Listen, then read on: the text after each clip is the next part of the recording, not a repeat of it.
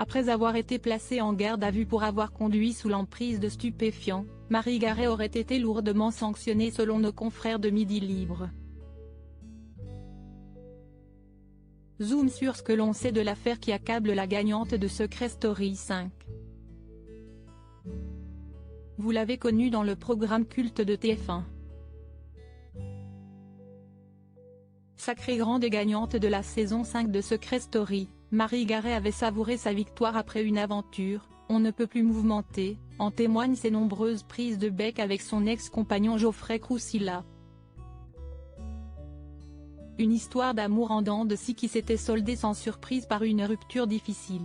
Si cette infirmière libérale avait finalement décidé de déserter nos écrans, sa vie sentimentale continue de faire couler beaucoup d'encre.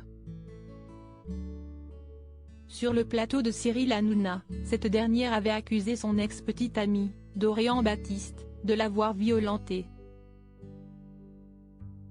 De nouveau dans la tourmente, c'est une autre affaire qui accable la starlette des anges de la télé-réalité. Marie Garret n'a pas retenu la leçon de l'affaire Palmade. C'est que nous a prouvé la jeune femme qui voit son nom entaché pour mauvaise conduite. Mercredi 28 juin 2023, l'ancienne candidate de télé a fait la une des médias. Selon nos confrères de Midi Libre, cette native de Montpellier a été interpellée à Alès, Occitanie, par les forces de l'ordre et placée en garde à vue pour avoir conduit sous l'emprise de stupéfiants, le comportement troublant de la conductrice, qui venait de sortir du cabinet de son avocat, pousse les policiers de la brigade anticriminalité à opérer un contrôle de stupéfiants qui s'avère positif, peut-on lire dans la presse. Et les soupçons des policiers vont se confirmer. La sanction est tombée.